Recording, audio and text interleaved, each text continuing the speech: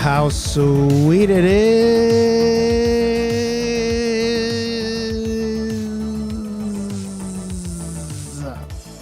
to be loved by you nerds. What is up? It's me, your buddy pal HeyArcher. Welcome back to HeyArcher Live here on Nerd Affiliated.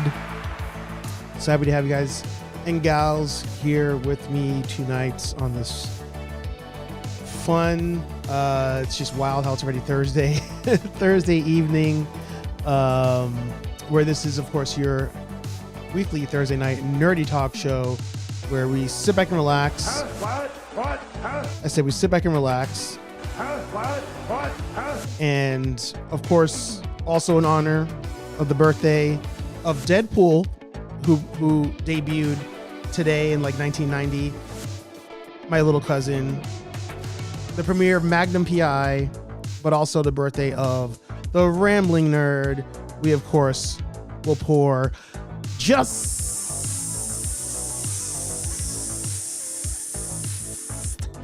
a little bit of... More specifically, vodka, whiskey, beer, tequila, more beer, more vodka, more whiskey, and more beer. I should have had my Rambling cup. I don't know why I didn't do that today. But of course, if you have a YouTube channel, podcast, blog, OnlyFans, newsletter, smoke signals, whatever it may be, put it in the chat, support one another as I spittle over my desk. Plug yo shit. We'll have a good time today, just shooting the breeze as per usual.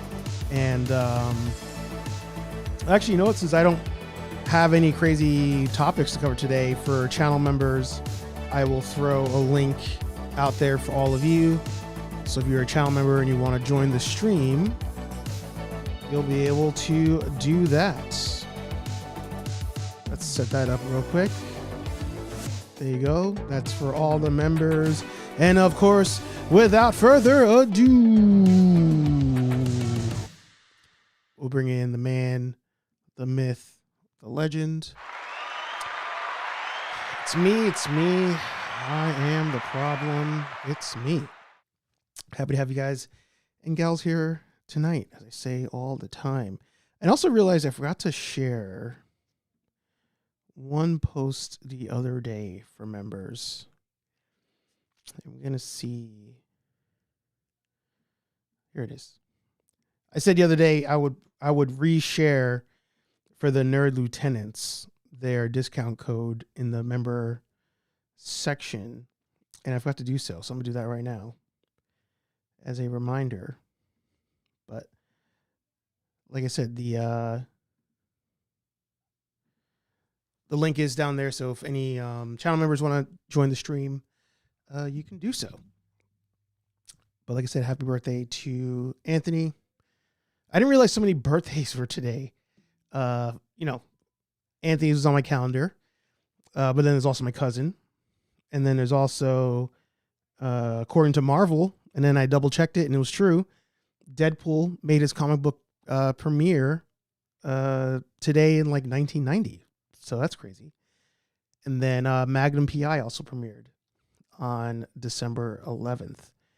So a lot of fun stuff out there. A lot of good birthdays and anniversaries, all that jazz. So make sure I have all this stuff pulled up. So yeah, celebrate wisely. Oh, interesting. There's a new Star Wars announcement. All right, let's interesting. All right, let's get the shameless plugs out the way first. And then we'll move on. Of course, you can hit us up over at nerdaffiliated.com, your one-stop shop for all things Nerd Affiliated. Links to the latest episodes, join the channel memberships, links to the latest clips and videos and all that stuff. Find that over here on nerdaffiliated.com.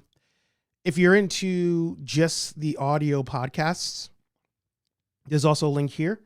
There's quite a few people who listen to just the audio, which is crazy.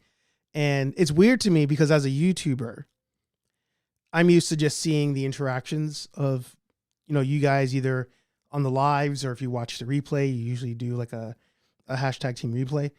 But the numbers on the audio only have been increasing, but I haven't heard of anybody that has come over or like commented or something like, oh, I listened to just the audio. So if that is you, stop over on Instagram or YouTube or somewhere else. Just be like, hey, I'm a listener. I like your stuff. I'd appreciate it. But like I said, if you want to get in contact with us, of course, Nerd Affiliated on Instagram. You have the Real Nerdbusters on Instagram. So if you're into the Ghostbuster side of things, hit us up over there. We have the Facebook groups as well for both Nerd Affiliated and the Real Nerdbusters. There's also a Reddit page, and I believe the Discord still exists. Patrick can confirm or deny those allegations. Because I don't know. I have no idea what happens on this. I guess maybe in my head, I'm hoping at some point the Discord blows up and it's like some sort of like, how can I say this without the feds coming to get us? It becomes some sort of secret organization where you guys are making government moves all on the Discord. And I had no idea. I think that'd be hilarious. I think it'd be funny. You guys can let me know. Scroll up so we can say hi to everybody. Ultra Carta in the house. Good to see you. This is War. There you go. Got Tony in the house. Good to see you. Ultra Carta, man, you be living on eBay. Received your basic 33 CM Punk.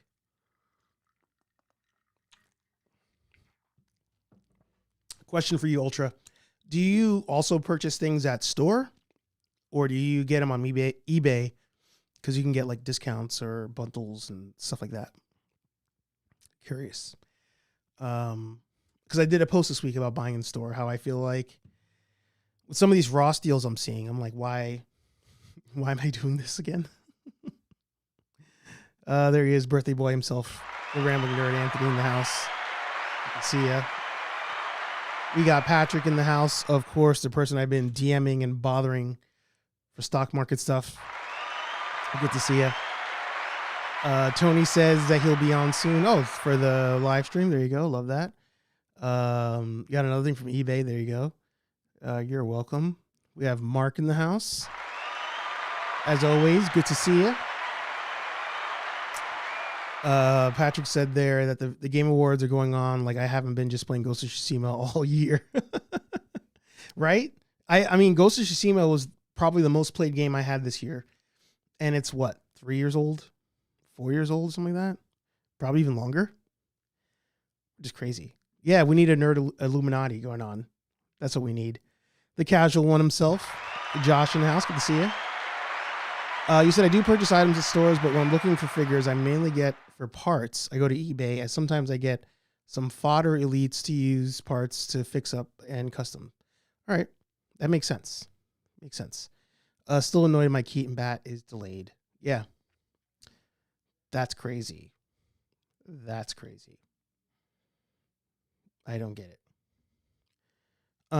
So this was the post I saw when I click to go live. Oh, we got Dada Films in the house.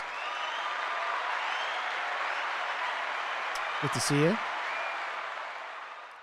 Let me pull this up here. Gotta get my windows situated.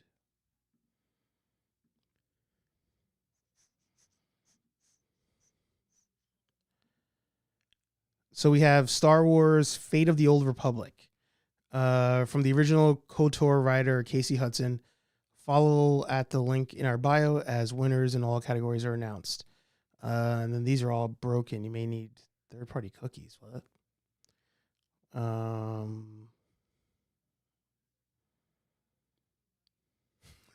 Oh, look, another CGI Star Wars trailer for a game we'll never hear about again. Yeah. Yeah. I don't, we've talked about this time and time again, right? I feel like a broken record at times. where I'm saying, Star Wars isn't dead. Star Wars is far from dead, based on sales of things, based on people who go to Galaxy's Edge. You go to Comic-Con, you see Star Wars things. We have the anniversary of New Hope coming out in theaters, the original theatrical release coming to theaters. Like, Star Wars is far from dead, but I just feel like Star Wars is like boring now. I think that's the problem.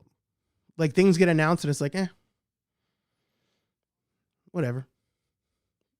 You know what I'm saying? But if you guys feel differently, let me know. Let me know. Cause I feel like I don't get excited. I want to get excited about Star Wars stuff. I do. But I just feel like now with announcements, I'm just like, is what it is. Everybody saying hi to each other. I love that. Got Jamie, Hale, Ryder in the house. Good to see you. Make sure you guys check out the Gen X Wing podcast on YouTube. And if you guys are on Twitch too, let me know. Because you guys, I know you've been doing some gaming over there, but I don't know if you guys do that on Twitch as well. So let me know. Let me know. Now, jumping over to media news real quick. I want to get my thoughts on something.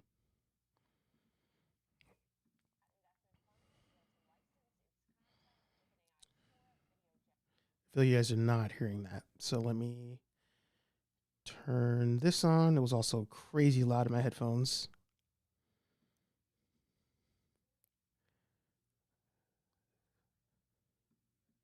Let me do. Let's see. Generation app. The two companies reached an agreement for Disney to become the first major content licensing partner on Sora. Its 3-year licensing pact covered animated, masked, and creature characters, plus costumes, props, vehicles, and environments. However, there will be no talent likenesses or voices included. Disney now. I'm going to bring you some breaking news right now. Disney going to make a $1 billion equity investment in OpenAI. That investment part of a deal to license its content on OpenAI's Sora video generation app. The two companies reached an agreement for. So this is one of those things that it's weird to me that it wasn't bigger news today, but at the same time, there's so much news every day that it's just like, what does it matter? Something I haven't really talked a lot about on this channel is AI. I feel like I haven't really like covered it too much, but with the Disney announcement, I feel like might as well just talk about it. So I use AI every day. Every single day I use AI. And before we even talk about just ChatGPT in general, people have been using AI for what? The last 2 decades at least. When you do Google searches, Ask Jeeves, use Google Maps, you're using a form of AI. AI, the way it's used now and the way it's being talked about now, it's just like a buzzword. But I mean, it's like saying, how do you feel about Kleenex? Like Kleenex are like taking over the world, but it's like you've been using tissues for like the last 100 years, So there's that side of it. But AI, like I said, I use it every day now and I love it. Absolutely love using AI every single day. Now, I think what gets tricky is people are talking a lot about how will AI affect work and labor? And is AI going to take my job? Right? First, at this point, 9 years ago, the immigrants are taking your job. Now it's AI's taking your job, right? And there's many sides to it, but I guess I'll talk to you guys from like a creator perspective. And then I'll talk about the Disney side. As a creator, as a small business owner, right? Like Nerd Affiliated makes revenue, so I guess technically I could say small business owner. Without AI, I couldn't do a decent amount of things here. on the channel. It helps me with topics. It helps me with ideas, with texts, images, revising logos. You know, like I posted like a winter Christmas Nerd Affiliate logo to use for the rest of the season. The logo was used I took things from Placeit, put them in Photoshop, edited them in Photoshop, came up with the logo that we use all the time, came up with this logo in Photoshop. And then I use AI to like modify it. So like today it's got all the snow on it. Literally took me 10 seconds in Photoshop using Photoshop's AI to add the snow effect to the logo. The thumbnails. That's Sora essentially doing the, helping me make the thumbnails for the show. So a lot of people get mad because they're like, oh my God, you're using AI, like pay, you got to pay somebody to make it for you. And you're taking money from artists and all this stuff. As a small business owner, as a creator, sole creator, we can't afford to pay somebody every single time we want art made. We just can't do it. It's impossible. Impossible. I actually did pay an artist to make the original HeyArcher logo, make the second version of the HeyArcher logo. So it's not like I haven't done that before. But if every time I needed a design, I had to pay somebody to do it, I'd be broke. I would literally be broke. There's no way to do that. And AI has only made it easier for me to create graphics, to create art, to help with the channel. It's a tool, but you have to know how to use a tool as well. Some of the 3D printing things I'll be doing in the future, I've been doing a lot of research talking to AI. When I was doing the programming project with like LED lights and sound effects and the Arduino boards and all that stuff, I learned that so fast by talking with AI. So fast. Like I said, a lot of day-to-day stuff. I use ChatGPT, run ideas, help me prompt things, etc. So in that aspect, whenever I see people attack artists for using AI, like I know that's happening right now in the Power Ranger community, a lot of attack for using AI, and people are like, I'm not using AI. I'm like, F it. If you're using it, just say you're using it. Just say you're using it. Because here's the thing. If you can use AI, if you can use it and start turning a profit, and then have the ability to pay somebody to help you do stuff or make stuff, that's even better. To me, that's even better. Because don't get me wrong, it'd be way faster. If I knew an actual graphic designer and was able to pay them on a regular basis to help me make stuff, I'd rather explain to them what I want and get exactly what I want first time around than keep prompting AI every single time. 1,000%. 1,000%. But that's not where I am right now. And that's not where a lot of people are right now. So you have to use AI just to get through a day. And I bet you there's a ton of graphic designers now that are starting to use AI and figuring out ways to incorporate it into their art, into their day-to-day workflow. It's just a thing. Now, when it comes to the Disney thing, it is a problem, in my opinion, to say, okay, we're going to use AI now to do like all of our animation. We're going to use AI now to do all the script writing. Like, to me, that is a problem.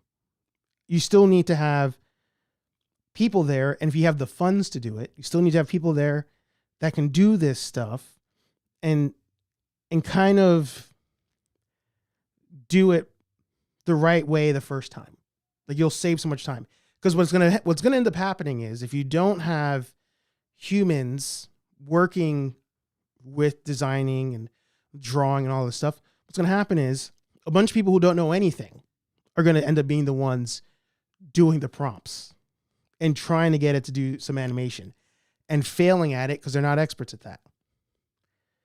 So you're still going to need experts in a field to even use AI as a tool to help you make something.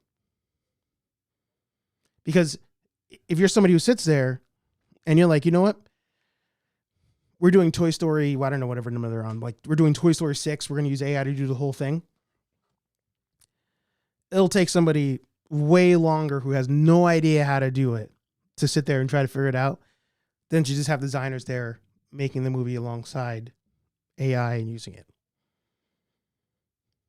So that's kind of where I fall on that. Now, what I do think is cool here, and this actually does go into 3D printing. Shout out to Dave's mention. I saw Dave was here. I saw Steve was here.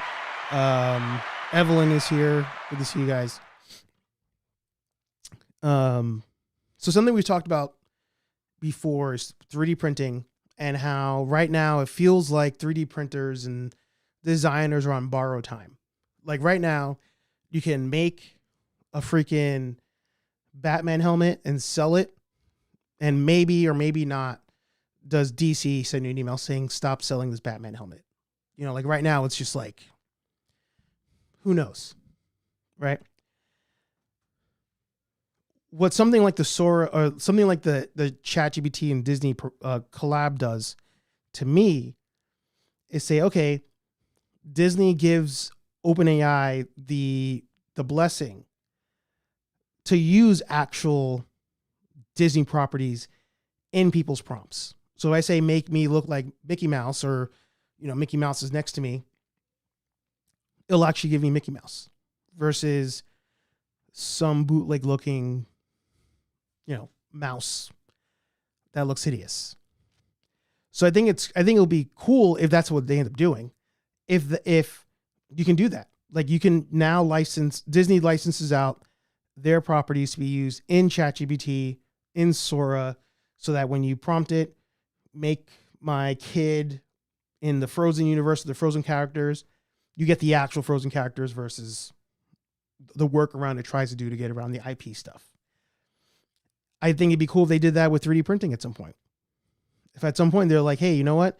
We're making a deal with Maker World, and if you pay $5 a month and you want to 3D model IPs that belong to Disney, like a Darth Vader helmet, like a lightsaber, you're more than welcome.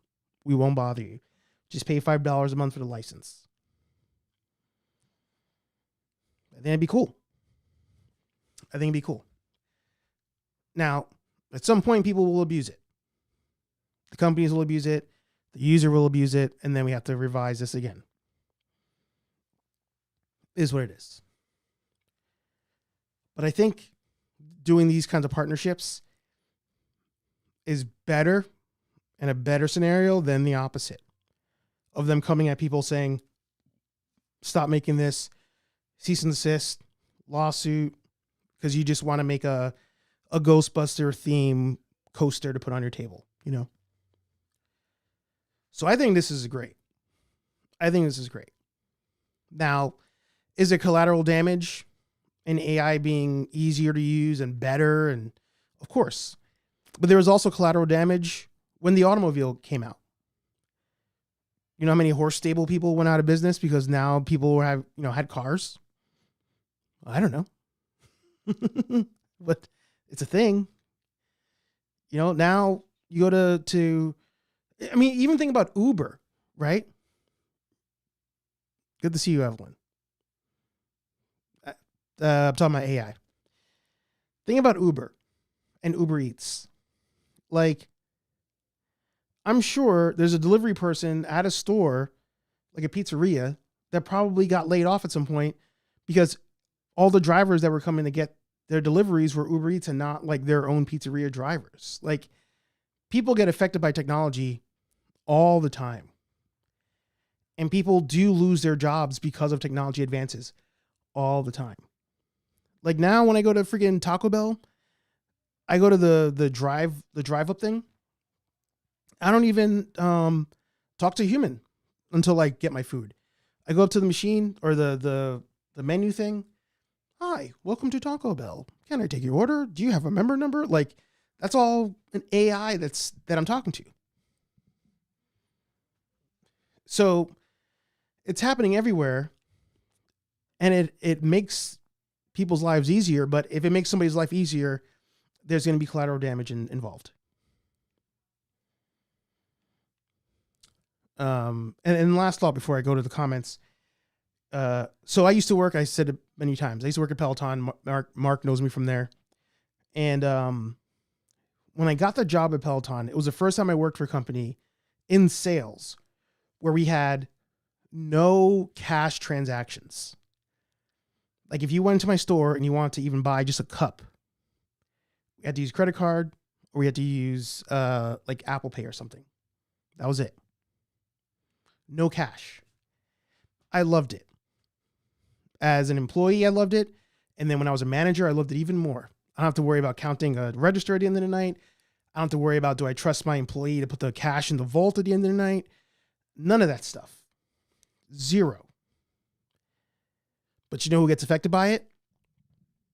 People that work at companies like Brink that have to go and pick up the cash at businesses, you know, every day. That's one less business operating in a mall that Brink has to go to or can go to collect money to go deposit it for me so I don't have to do it myself for license or insurance reasons. I would say it's worth it. I'd say it's worth it. But if you worked at Brink, you'd probably say, no, that's shitty. So, is what it is. But I feel like in another 5 years, people will not be talking down on AI. Really won't. But it's up to you in whatever field that you're in to learn how can I use AI in my field? If I'm not using it now, is there an opportunity to use it? Because maybe I can become an expert in using AI in my field and maybe it'll lessen my chances of being replaced down the road. Just maybe.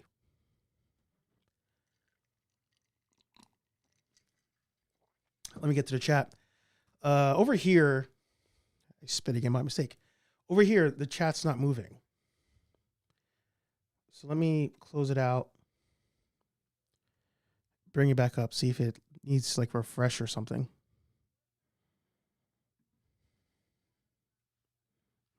There we go.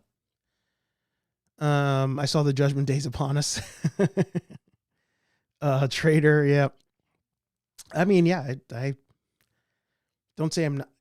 Who am I? I'm like what's his face from the Matrix? The one who betrayed them. So I'm like, yeah. Why do I want to go back to that world? Why do I want to go back to counting registers at the end of the night? I'd rather not. OpenAI can use them, but Gemini gets sued. It's all the same. Yeah. Yeah, I saw that. Forget Ask Jeeves. Ask Rick James. There you go. Everybody's saying hi to each other. Happy birthdays to each other. I love that. I'm above ground. There you go. When Skynet goes live, we'll see what side you're on for the Great War. I mean, if Skynet goes live, I'm dead anyway. I'm too fat to run even 3 blocks. If the robots come, it's a wrap. And the robots probably know where I'd run to anyway because they know my habits and could say he probably in this scenario might go here. Done deal. 3D printing, talk to AI and also to DD. DD. What does that mean? What's up, Kratos? We're saying hi to each other. Happy birthdays. With the Nerd Foundation. There you go. I wish the logos would pop up. Like I know on YouTube you guys can see them. I can't see them on here. Answer that one. AI is a great assist for day-to-day business tasks. I'm pro AI until it becomes Skynet. Yeah. Sure. There's dangers with leasing memberships to print IPs. It would be hella expensive. There's already issues with people taking files and remixing them and passing them off as your own for profit. I only just learned about that yesterday, actually. I didn't realize that was a thing.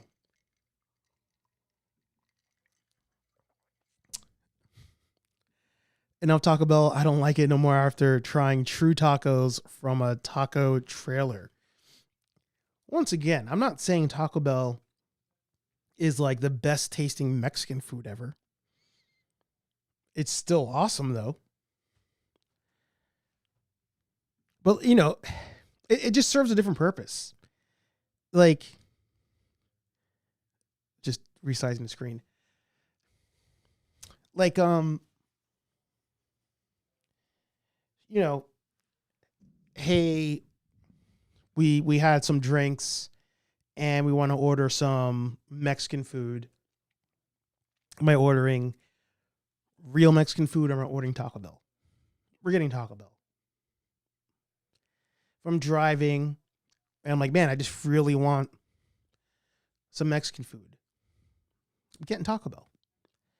But if I'm like, oh, I want like a true like sit down dinner experience, going to get legit Mexican food at a real Mexican restaurant. I'd even say a food truck if there was one available. That's not Taco Bell. You know, so Taco Bell just has this place. Still would love to get a Taco Bell sponsorship. If I can get any sponsorships on this channel,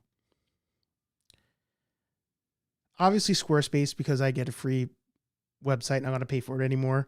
Ecamm Live would be great. I don't got to pay for that anymore. Any of the services I use, I'd love those sponsorships because I don't got to pay for them anymore. However, sponsorships from other brands that I don't use to make content, Taco Bell, Harbor Freight, and Basil Hayden or any other alcohol brand that wants to sponsor me. I would even take a Tums sponsorship. Hook me up with some free Tums. But Taco Bell and Harbor Freight, 1 and 2. 1 and 2.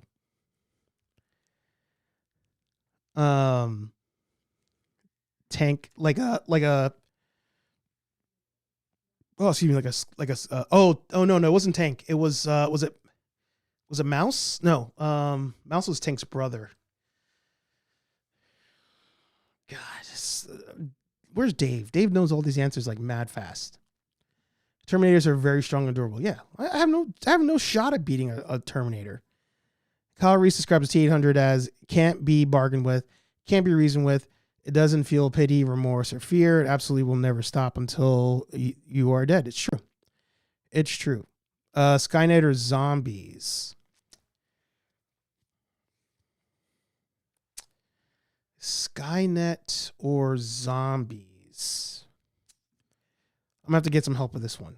Let's bring on the one, the only, Tony in the house. Good to see you, brother. How you doing? Good yourself? Doing good. So, Skynet or zombies? What would you rather? Scared of? Or, sorry, I didn't get the first part of the conversation. So, like, as far as, because, we're talking about AI and we're talking about, like, if Skynet took over and all that stuff. So, if you got thrown into a apocalyptic scenario, would you rather go against zombies or go against Skynet? Zombies any day. But here's the kicker. This is where I get tripped up every time. Of course, Last of Us, those are pretty aggressive zombies as well. But I immediately always go to what was it? 20 blank days later, like 21 weeks later, 7 days later, that series. God, I'm forgetting the damn original movie name. Even though I can look it up, it's more fun to try to think about it. 28 days later. Oh, wait, are you muted? I think you're muted.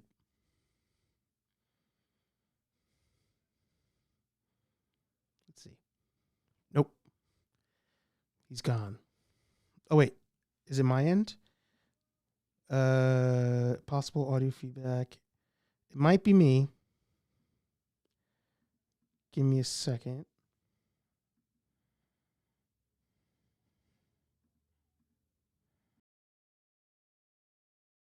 Try now.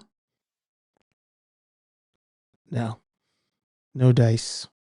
It was working before. Try jumping out and come back in. Just in case. 28 days later. I always think of that movie. Like those are like pretty, like those are like you turn instantly. You turn almost instantly with those. All right, try now. No. It might be me. Hang on. It might be me. Let's see. Because I do have an exclamation point showing up on my screen. Try talking now.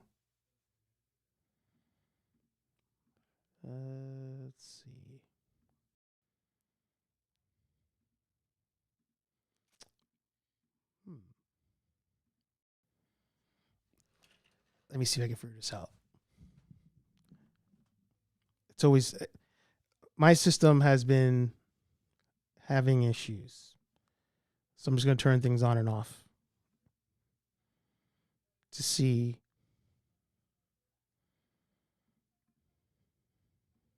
if I can fix it. Sorry, everybody. It says guest audio is playing on speakers, which could result in an echo. Does not have speakers. Try now. No. What if you change your mic source? Maybe to your headphones? Taco Bell is heaven. Yep. Blessed to be the many authentic Mexican restaurants in South Florida. Yep. Henry Resilient in the chat. Stream sniping. I had to ask, my boomer ass had to ask Henry Resilient, what does stream sniping mean? And I learned it's when you're watching somebody else's stream while you're there you go. Hear noise now. There it is. We're good. It jumped around to a different microphone that's actually not connected at all right now. So I don't know what was going on. You know what's funny? Sometimes I'll be here and I'll be listening to something and it says audio switched to my AirPods. And I'm like, oh, my AirPods like open or something. And it's like, no, they're upstairs, case closed, not even like in anything. So I get that. I'm sorry. No, you're good. You're good. So yeah, like 28 days later, zombies. Like, would you rather those or Skynet? Did you see any of those? 28. Sorry? Did you see any of those movies? The 28-day series? I saw the first two, not the latest one, not the years. But Same, I saw yeah. 28 days and 28 weeks. Mm-hmm. I'm trying to think of what zombies those are. Because those, like, they literally like the fast ones. Yeah. Okay, yeah. And you turn super fast. So like if you were in a room with somebody else and they got either bit or even the saliva got in their eye, they turn in not even 2 minutes. Right. Similar to, I guess, I Am Legend. Like I Am Legend, those zombies turn pretty fast too. Okay. Have you seen the original I Am Legends though? No, I need to. They're not zombies. They're vampires. Oh, interesting. Yeah. Interesting. Okay. That's why they don't like the sun. Oh. Yeah. There you go. There you go. The more you know, right? The more you know. I'd definitely say. See, like with Skynet though, like it's terrifying, especially with our world right now. Mm-hmm. Like it as soon as like an AI gets like full like autonomous, it can do whatever they want. Like I'm done. Yeah. It just scares me. I'm just not good with technology as it is. Because even like Skynet, I mean, I'm not even thinking about the Matrix scenario. Like I'm like the Matrix scenario. The sun got blacked out, all this stuff. Skynet's just like destroying. They're just literally just trying to destroy. I don't know. I feel like I'd rather the zombie one because maybe there's a chance you can outsmart them. Where like it's going to be really hard to outsmart a T-800. Yes. Although even with like The Walking Dead and everything, seeing like the swarms of zombies just going across like a big field, I'd be shitting bricks. Yeah. Skynet was trying to silence you. That's what Dave said. That's why your mic wasn't working. Yep. They might be coming after you. You don't know. They already are. Hell, even the Terminator from Terminator Zero fought an army of Enos. I don't know what that is. And while it did get destroyed, the Terminator still fought bravely until it was destroyed. The 28 zombies are real competition, yeah. Terminators can be creative as the Terminator from Terminator Zero did create and integrate a concealed crossbow in its forearms. Interesting. Either zombies or AI said, hold my beer. Oh, there's an echo? Probably the mic. Wait. Am I echoing or You slightly are. Okay, what about now? Still echoing? A little bit. What about now? That's better. But you're really quiet. Oh, okay. We'll see. I just unselected some things I selected before, trying to fix it. So we'll see if that does it. That's fair. So yeah, what do you have going on? What's new on the Ghostbuster side of things across the border? Not much. We just finished a con last weekend, and then helped out at a wrestling show. So that was fun. Oh, really? Yeah. Talk to us about that. The con or the wrestling show? We'll go with the wrestling show. We'll go with the wrestling show on this one. Wrestling show was it's done by a company called Pop Culture Canada, which is the CGW, I believe is what it is. Okay. But yeah, they put on a touring wrestling show. But they during the daytime, basically they'll rent out the building, and then in the morning they'll put the con on, like a toy and comic con. And then in the evening time they'll shut everything down, have all the vendors pack up, and set up a wrestling ring. Wow. And put on a 2 to 3 hour show. Nerds have the most fun, man. Oh, it's so much fun. So much fun. Yeah. It was one of the main matches was like a hardcore match, which was unexpected for me. I was just like, oh, this is gonna be cool. Yeah. I love that. I got to go to an indie show, like a small time. Honestly, as long as you have like a good crowd, it's worth going. There was a Dave said, when I lower the desk, I need a non-copyright version of Love in the Elevator. I do. Aerosmith from Boston, by the way. So there you go. That would work out.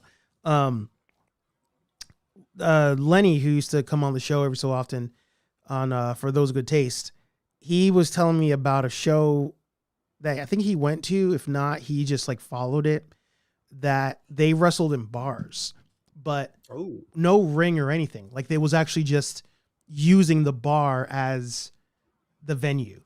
So, throwing through tables and, I'm sure they had some fake bottles and stuff they would use, but I'm sure, but at the same time, it's still expensive. Like, yeah. What if you went through one of their tables that was not prepped for? Exactly. Right? Exactly. Oh wait, no, actually, you know what? I think it was my friend's wife's husband who told me that. Cause I think he got COVID at that event back when COVID was a thing. So yeah, I think that's where I heard it from, but I was like, that's a good idea. Like, cause wrestling in a ring, we've all seen it. Like it's a tales of this time, but changing it up where it's a bar fight, like a bar fight league or something. It's fair. That'd be cool. Those rings though, they're not given. No. They are something real. It's scary actually. Yeah. When you see it, like them actually putting it together and everything. Oh yeah. There's no springs, no nothing. It's just like, okay. It's just wood, steel, and a little bit of mat. I just discovered this. I think Sal sent it to me. Let me see. Are you on the screen? No, let me add you on. Here and here. This Instagram called WrestleBotch. Have you ever seen this one? No. Oh man.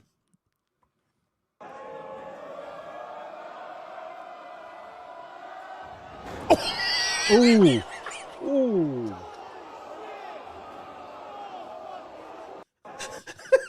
Oh, that just I can feel that. Oh. So it's just botched moves in wrestling. It is it is so good. But the indie ones and like the small show ones are the best. Like you'll have something like this. I don't want to get copyright, so I'll close that one off. But like, let's check out this one.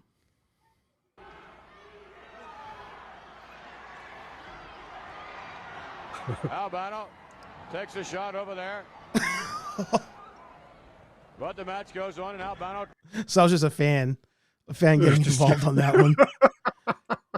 Let's look. Oh, this one looks like a bar.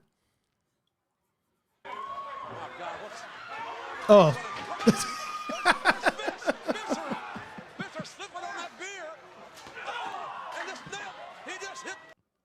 That's funny. Oh, Viscera. Oh yeah. I saw a video the other day of like Hardcore Holly, how like nobody ever cheered for him. He would just come out and just be silence. Oh, Speedy. Yeah. All right, here we go. We have some smaller shows here. Is that Fez press? Oh, came down. That's a double sledge.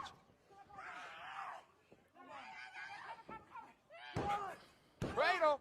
We got two. It really makes you appreciate like WWE when you watch these kind of clips. At least for me, newer WWE is very, you can tell it's going to happen before it happens, if that makes sense. Where like late 90s, even early 90s, you couldn't really tell what was going to happen. It was very, not so much fast paced, but just the moves were more fluid. There was no like setup for the moves as much, if that makes sense. Where I was watching, what was it? Probably Raw or something. It was basically one of the female matches, which the females are normally like a lot better than the guys right now. But like they're I think going to the top rope, and basically you could tell they were going to do something because like they're waiting for each other to get to the top rope, and they're slowly climbing it. It was just like, no, this is, you can tell what's going to happen before it happened. It's just like, okay. Yeah, it gets like too obvious. Yeah, it gets too obvious. I want to address Rogue Demon's comment. Let's watch a couple more though. Let's see this one. Oh my God.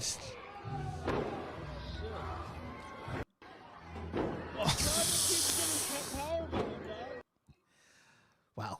All right.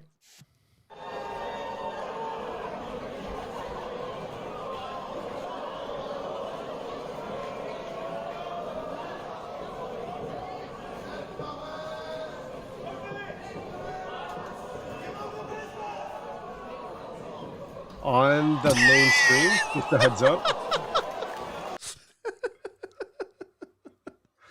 The main screen, they can't see what we're watching. Yeah. Oh, they can't see? No. Oh, it froze again? Oh my God. Let me see here. And here. I'm going to lower the monitor to this other window so I can see what you guys see. Sorry about that. Let's go to this one. Gotta love technology.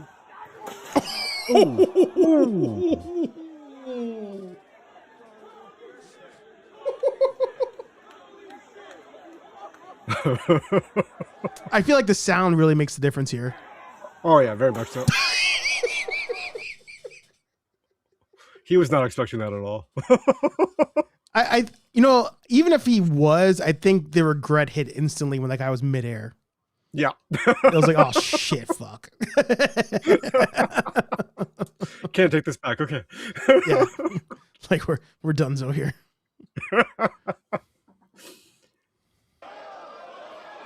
Oh, okay. Oh. Sure. Slowly sit down. Yeah, it's good. Yeah. We'll do one more. All right. I feel like this one just has to be it.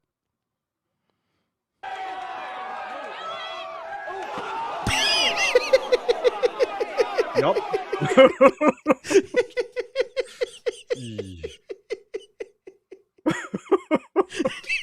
Instant regret right there. Right?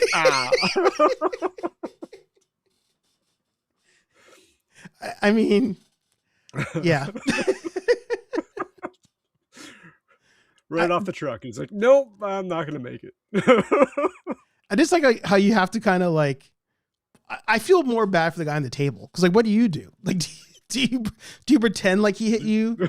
Do you just like help him out? Like what you just sit there. You have one job to take it, and he completely misses. I say that's all on them. Mm-hmm. Like,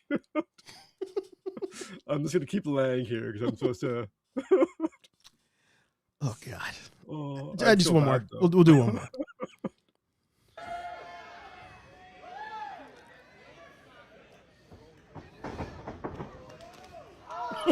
Oh.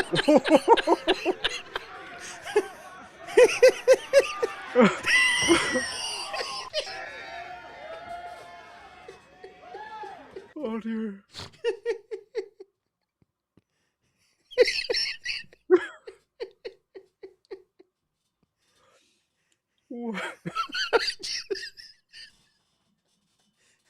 It's so good. Yep. We should do a whole stream just watching Wrestle Botch videos. Oh Break it god. down. Where do you think he felt like he messed up?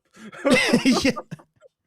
Which step here as he's running forward? Do you think on the first or like by the third? He fully knew he wasn't making it. Yeah, that's where you need that soundbite. Like at this point, he knew he fucked up.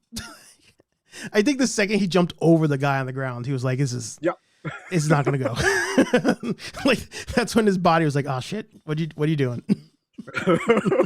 You had one jump in you and just not making it. Yeah, not making it. Yeah. You wasted it. Yeah, done deal. Absolute done deal. So I want to address Rogue Demon's comment here, but let's see if Henry's streaming, if he's still stream sniping, because then we can stream snipe his snipe. Ooh. Let's see if it even works. Don't. Oh, it's a members only stream. I'm not logged in on this profile. Let me try to go on the other one real quick. Are you familiar with Legend of the White Dragon? Yes. $400. Okay, he's not watching us right now, but we'll stream snipe. We'll stream snipe. And it's going to be worse because it's technically a members only stream. Ooh. So we're not even supposed to be here right now. Yeah. For truly, thought he was in a relationship with Pokimane. Stream sniping food stamps. the And sniper. again, you might be wondering, okay, why aren't you relying on her to help you out? I don't want to do that. That's just how I am. Buddy, you couldn't if you wanted to. Bro's literally giving a scammer more money than he keeps for himself. This is just painful at this point.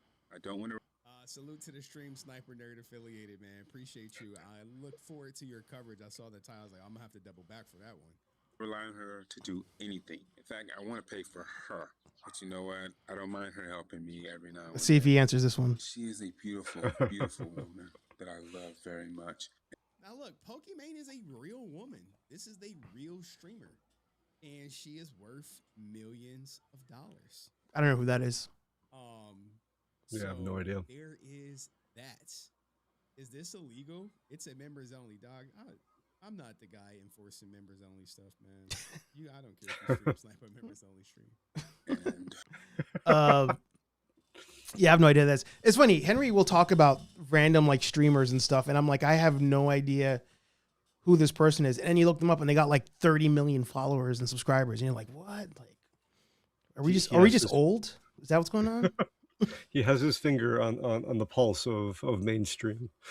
Like, did you know that they had the like a streamer awards this week? I didn't know it was this week. I knew there were such things as streamer awards, but not when where it was and who was hosting or any of that kind of stuff. Yeah, no clue.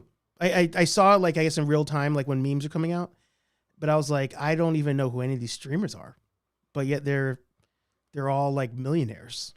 It's crazy. What was it being hosted on? Do you know? I couldn't even tell you. No clue. I'm just curious what streaming network would actually be hosting that, and like, does it switch networks each year, or like, how does that work? Well, so I saw that the CEO of Twitch was there, so I'm thinking maybe it was on Twitch, but there was no Twitch like logos on the clips I saw, so I was like, I couldn't tell you. Weird. Yeah. But no, it's funny. Like you even like in Pokemon, like I don't, even though we're a nerdy channel, like I don't watch Pokemon creators, and then I'll find a random video and the person's got like 5 million subscribers, and I'm like, where'd you come from? Like I had no clue. Never heard of you before. Yeah. Ultra Carter said the video I learned about Pokimane was about this YouTuber who harassed and talks shit about her to a point that he got banned from YouTube for cyberbullying. So I did hear that's a thing, that like on Twitch, they are banning people who do like cyberbullying and stuff. Which That's I guess good, is good. at least. Yeah. Yeah, especially for the younger kids, you know? Well, yeah. Yeah. Do you think, I don't think we really have that on like our Ghostbuster side of Not things. really, I feel like you no. don't really run into that as much. Not as much. Like there was like back in the day, I know there was like comments and stuff being like thrown around about certain content, like certain people within the community, but at the same time, it was brought up at the time and then never really talked about ever again, just because they kind of got kicked out. If that makes sense. Sorry, I was gonna look up something Ghostbuster related, and there's a Street Fighter teaser. Oh, Let's check that out real quick. I didn't mean to cut you off. I was no, literally you're like good. looking. I was literally going to a Ghostbuster page to see if I could see hate comments, and I was like, "Wait, what?" I thought this was fake, but it's very much real.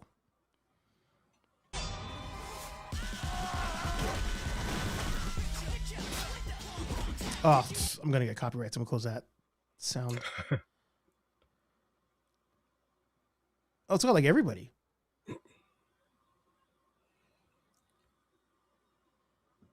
Your screen's frozen. Yeah, just a heads up. Oh, God darn it. Thanks for the heads up. No Let me- worries, no worries. I got you. Let's go back. Let's see. I wonder if it's even on YouTube. Let's see.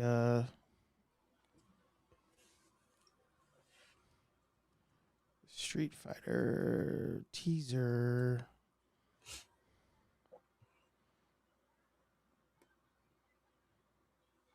So I don't. Oh, here you go. Yeah. 11 minutes ago. All right. So now it looks like it's moving.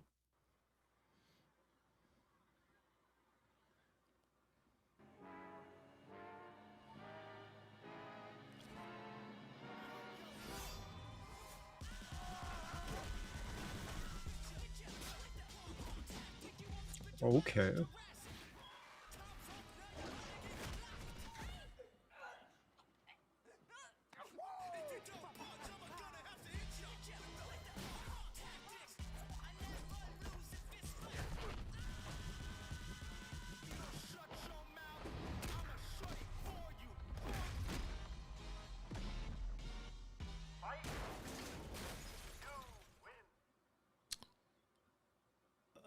What are your thoughts? Look good. I'm just comparing it to the original, like from the 90s. So like comparing that Street Fighter to this, I'm loving every minute of this. Oh, like the Jean-Claude Van Damme. Yeah. Gotcha. I feel like it's embracing the campiness of Street Fighter. Yeah. Which I think was expected when we found out some of the casting decisions. Yeah, I agree with you there. But I think with Mortal Kombat being the more serious side of things, if that makes sense, they took the more campy aspects of it. But it still works. Yeah. Like none of the campiness is pulling me out of it by any means. Yeah. I wonder if it would have been better as a straight to streamer versus theaters. Like I wonder. Really? Yeah. Like I don't know. Are you? Is this something that you're like, all right, I'm gonna have to go see it in theaters, or you're gonna wait it out? I gotta see another trailer, truthfully.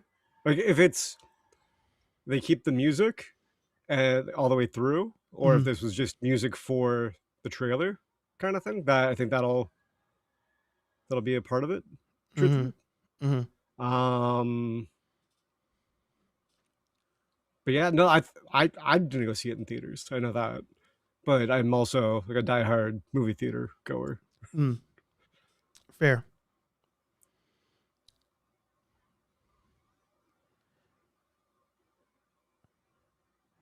I'm not getting the bison here though. That's just not. Yeah, I'll give you that. Yeah, I don't see it. Like I feel like he's gonna be a joke.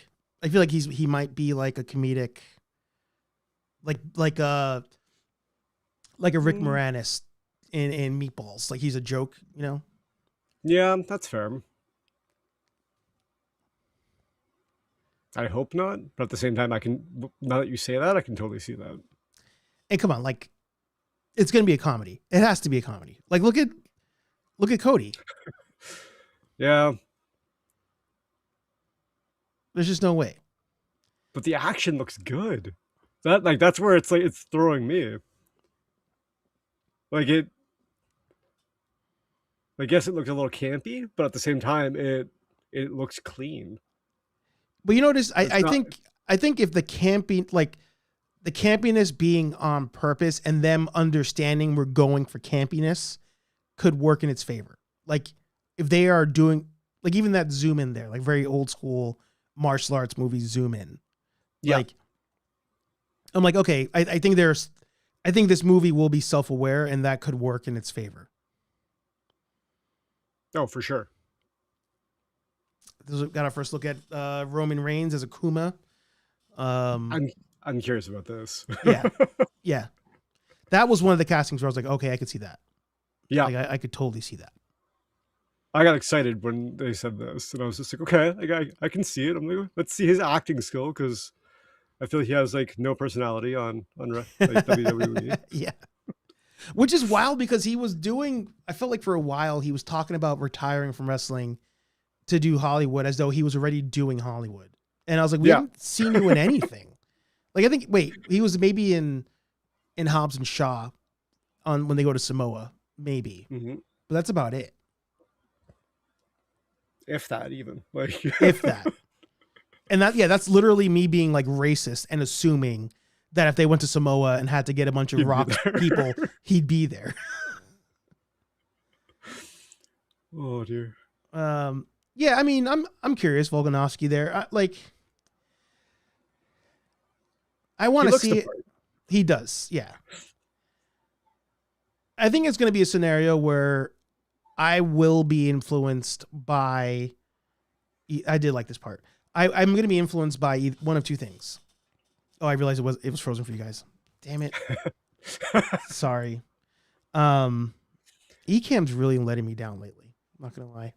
I'm going to be influenced by either me being invited to go see the premiere, or if there are legit people who like go watch it and they're like, oh, this movie was dope. Like it'd have to be like a Super Mario like situation where people like Super Mario Brothers came out and people were like, yo, this movie's actually really good. Yeah, I'd give you that. Yeah.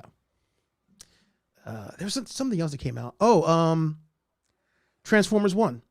Like Transformers 1, I feel like so many of us were like, this is an easy skip. And then the movie came out, and even though it didn't do well in theaters, it was, oh, you didn't like it? No, I loved it. Yeah. I saw it theaters first day, and I was right there. I was like, it was I don't great. think this is a kid's movie. It was an amazing movie. Yeah. My wife even liked it. She was like, she normally does not like my movie taste. Mm-hmm. Yep. She'll enjoy certain ones every now and again, but like she's like, what are we seeing? And then like leaving the theater, she was like, oh my god, that was really, really good. It was a really good movie. But yeah, they botched the marketing on it. And you also kind of suspected it was a kids movie. You just assumed, oh, this is just campy kids movie because the trailers were just straight comedy. But while it had comedy in it, it wasn't like over the head, like beating you over the head. It was like it fit the movie. It fit the movie, and the jokes weren't they were old enough jokes that everyone could enjoy them and everyone got them. Yes. They weren't fed to you. Yes. Right? Yeah. So yeah, who knows? This could be one that it ends up being a banger of a movie, and it's I'd be down for that. I could use that in my life. I could use a reason to go to a theater and be excited. Now, I think truthfully the release date for them, like for that and Mortal Kombat, the release date for both, depending on when, if they're both coming out like very like close in time. Yeah. That'll determine which one I go see first, I think. Yeah. Yeah. But I'll definitely see them both. Yeah. I'll let you know how it is. Yeah. Yeah. Definitely on Mortal Kombat. You couldn't, that one, I mean, Carl Urban would have to come to my house and invite me to go see that one. Like, otherwise I'm not going. But Josh had asked in the comments about Supergirl. Did you see the Supergirl teaser today? I saw bits of it. I didn't see the whole thing though, sadly. We'll put it on. If it even freaking works. If it lets you. Yeah. Let's see. All right. Switching over. Okay, yeah. Looks like it's going. I'll bring it back to regular speed. Copyright reasons. I'm in a love-hate with this at the moment because it just so much looks like a freaking James Gunn movie. Like nothing about it looks like it could be anybody else. Maybe if you were like, oh, Taika Waititi made it, I'd be like, oh, okay, I can kind of see that. But it totally looked like a James Gunn movie. But I kind of like that. I don't know. An alien behind her? A face hugger? Behind who? Her?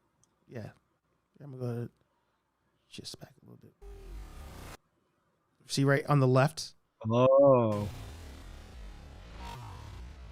Maybe. It looks like a face hugger. It does. I was going to say, oh, the Ken, because it's all Disney, but it's not Disney. It's froze. Oh, God.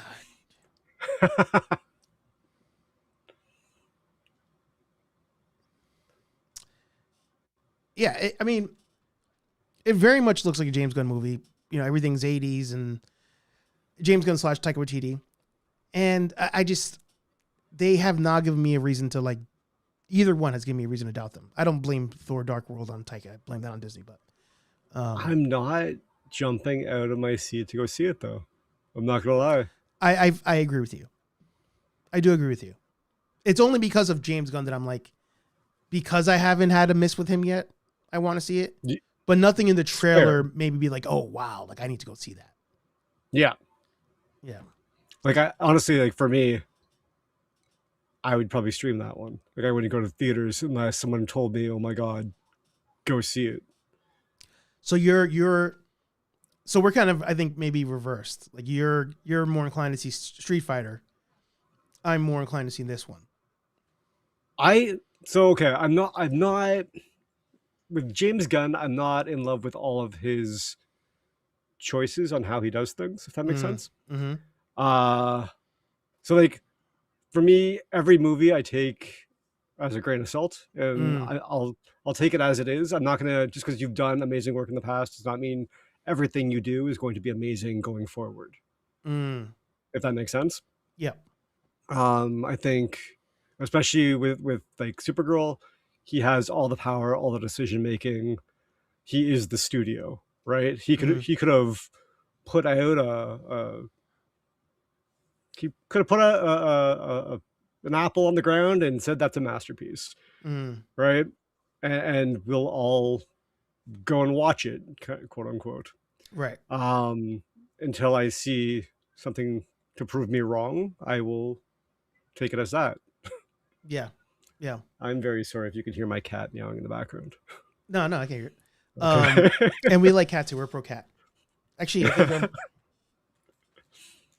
I'm wearing my cat shirt right now, actually. Yeah. You know what it is? Peacemaker. I think Peacemaker is the one thing that always throws me over the edge, where I'm like, if I ever doubt him, I think to Peacemaker and how good it was, minus the season 2 finale. But anytime I'm like, but he did Peacemaker. So I guess you're right. Where That's it's just fair. like, you kind of grade him on a curve at times.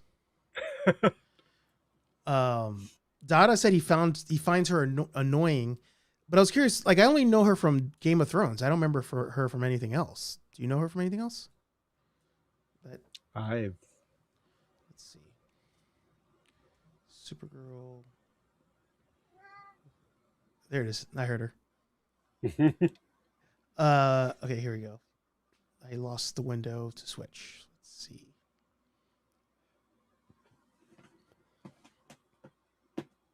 Millie Alloc.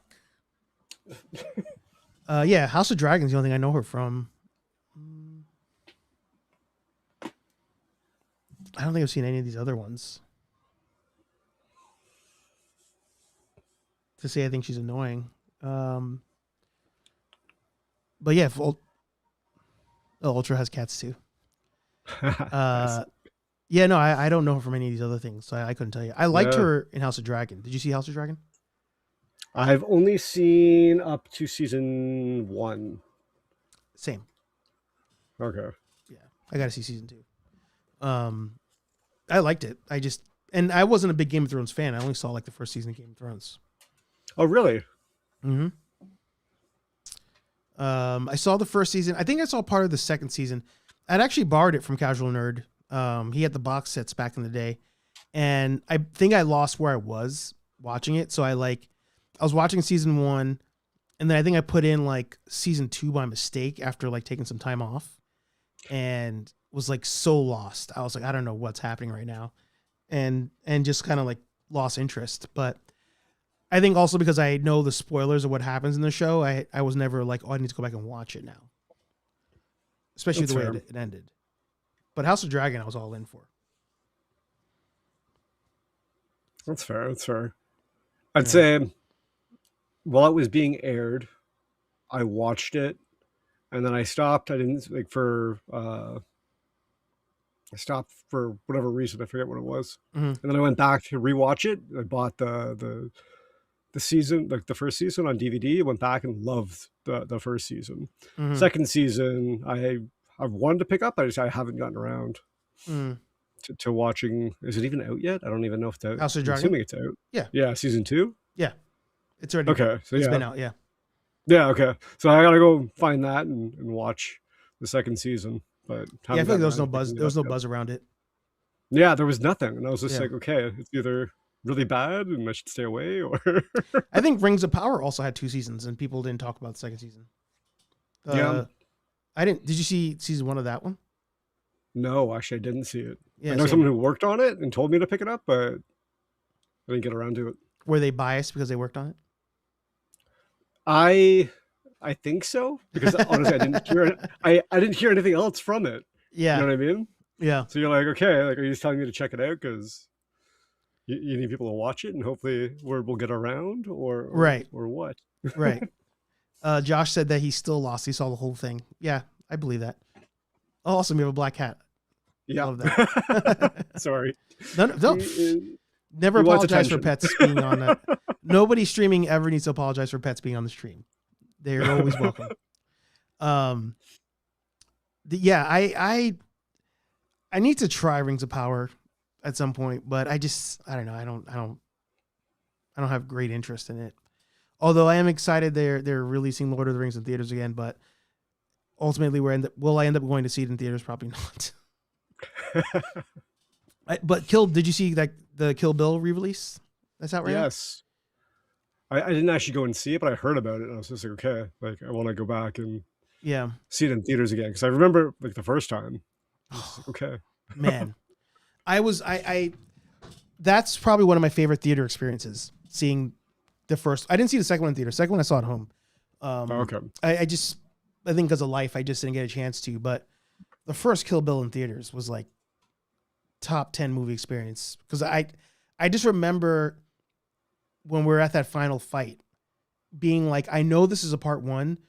Do not end. I need to see this fight. Do not end. Do not end. Do not end. And then every time they got closer and closer to each other in the snowfall, I was like, oh my God, he's gonna end it. He's gonna end it right here. And then I gotta wait. But then he did the whole fight, which was amazing. But Kill Bill 1 It's is exactly. amazing. Oh yeah. Yeah. One of his masterpieces. It's definitely put a lot of time and energy into it. Is there a movie that you've seen in like recent years that you're like, man, I wish I had worked on that one? That maybe is there one that even like you is there one that maybe like you even had an opportunity to, or you could have, and it just didn't work out? Not that it didn't work out, but ones that like just weren't filmed in Canada. So it's like I see films and I'm just like, oh, I wish could have gotten in contact with anyone like that. But what was it? Annabelle? What was the vampire movie? Sinners? Nope. Before Sinners, like a year before Sinners came out, there was a vampire. It was like a little girl vampire, and people get basically invited to her house, kind of thing, and they get locked in her mansion, kind of thing, and it locks down.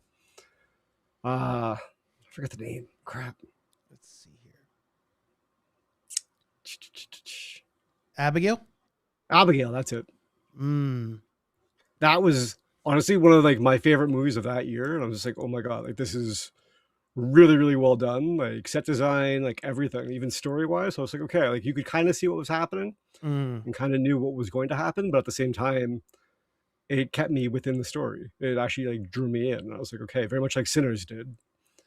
But like, I wish I worked on this. I didn't hear anything about it as it was in production. I didn't hear anything like that, and I was just like, this was a good surprise. Yeah, I didn't know that was a vampire movie this whole time. Oh no! Now I'm inclined to watch it. Yeah, check it out. Like it was good for when it came out, and then Sinners came out and blew it out of the water, and yeah, definitely dropped down a couple tears for me. But it was a good movie when it came out. I was like, I wish I worked on it. Yeah, yeah. And you do, you said makeup on movies? Yeah, I do special effects makeup. Nice. And prosthetic works, yeah. Do you have anything coming up that you're like aiming? I mean, can talk of. I figured nothing you could talk about, but there are things that you're excited about that are coming up. There's a couple things that you guys might know that are coming out. When it comes out, I'll let you know. But nice. So do you have to have an agent for that? Like that, like gets you booked on things? Or no. So for makeup, it's kind of similar to an agent, but at the same time, it's not. There's like a message board that we have that basically all the jobs will go up and you place bids on it, kind of thing. And then from that, if you know the people that are actually have the jobs and they need extra help, kind of thing, then they'll reach out to the people that they know, and if they need more help on top of that, then they'll reach out to the people and tell their friends that, hey, we need more help, kind of thing. And then you get brought on that way. It's a very small industry, truthfully. So it's basically who you know and not what you know. I feel like that's a lot of industries, and just people don't really notice it as much because it's like there's certain things you just don't talk about on a day-to-day basis. And like people just don't, you only know what you know. So like if you don't know, like if you've never asked yourself like, oh, who is a makeup artist? Like how do they get that job? Like you just don't think to learn the process. Yeah, no, it's true. Even to get onto a set, like it's extremely hard to be able to, you can't just walk up to the door and be like, hey, I want to follow someone for the day, kind of thing. It's okay, I need to know this person. I have to become friends with them. I have to get an invite for them to sign off on me. So I'm not going to bring anyone, like no offense to you, but like I wouldn't bring you onto set and be able to trust that you're not going to like fangirl out over the cast, kind of thing, right? Correct. So it's like, okay, I got to make sure you're calm enough, you're cool enough, and have the right state of mind to come on set, and you know the rules of set to be on a set, right? So it's like, okay, like I might be able to bring you into a trailer as we're working on someone, but I'm not going to necessarily allow you onto the set to know all the rules of being on the set. Because there's a lot of like unspoken rules, and there's a lot of spoken rules that you're like, okay, this is who you go to talk to. You don't go and talk to this person. You don't disturb the cast. Don't step here. Don't do this. Yeah. That's the part I don't like about it. Like I think it's hating, not that it's necessarily the same thing. I hate gatekeeping, but I also hate when it's like, oh, like you don't have the right to talk to this person type of scenario. And I feel like that would bother me. Like if I was like if I went on a set and they were like, and I saw the director and he was like next to me and I just started talking to him and they were like, oh, you're not supposed to talk to him. I'd be like, he or she's just a person like me. If I want to talk to him, I'll talk to him. For sure. And 100%, that's pretty much, so the way I look at it is while they're working, don't interrupt them kind of thing. Cause like directors and like whoever's in charge that day, have stuff that are planning out and then they're looking at how they're lighting stuff or how things are looking on camera. So if you just go up and distract them, they can't do their job. Just because you're not doing your job at the time does not mean that they're not doing their job at the time. Because like especially for makeup, basically we're there, depends on the scene or what we have to do that day, but we could be there 6 hours before everyone else gets there applying makeup. So we've had a full day's work already, and then we still have another 12 hours of them shooting. So it's us just sitting around doing little touch-ups here and there. So we have a lot of downtime. So it's not like we've already done all our jobs and they come into us and try and talk to us as we're working, and it annoys us, quote unquote. Right. And it's the exact same thing for us to them. It's we don't want to step on their toes and distract them from doing what they have to do to get their job done because they're under a time crunch as well. Right. Like the film game is very much hurry up and wait. I did hear that. That I did hear. It's a lot of just waiting around. Yeah. Important question. Patrick asks, can I see your name in the credits and tell people I know that guy? What's one of the movies that when people usually ask you, you're like, oh, I was on that one? I honestly don't have a lot of my name in the credits. I do a lot of uncredited work, sadly. Normally it's changed more nowadays, but at the same time, it's still, you'll get the company that does the work. You'll get the key artists, and you'll get some of the probably 4 or 5 spots underneath them. It depends on how many spots they're allowed within the credits, truthfully. I'll normally be the person that's either sculpting the creature suits or the prosthetic that people are applying on set. If I'm applying, I might get a credit, but it's very, very normally the keys, like the key makeup artist would get credit, and then all the makeup artists of special, like say Johnny Depp or whatever, they'll get credits for their work that they're doing. What's the longest you've been on a set to do makeup? Like per day or like per job? Like kind of no. What was like the longest one that you were just like, you know, it was memorable to the extent that you just like, God, like I hope I never have one of those length of time days again. I've been on set, I think 15 hours. Wow. I think we started at 4 a.m. and we went to 10 o'clock at night. Wow. So it was, it was a long day, and there was a couple naps taken and a lot of energy drinks. Yeah. It was, I can see that. It was, could not go home, did not have time to drive home. I remember being very cold because it was during the winter. And we had a little tent of like cots and heaters, and they were like, that's your nap. Yeah, honestly, that's basically what it came down to. It was like, okay, we're gonna nap in here for a little bit. If they need us, we have radios, we have people on set to babysit while we're not there, and let's go.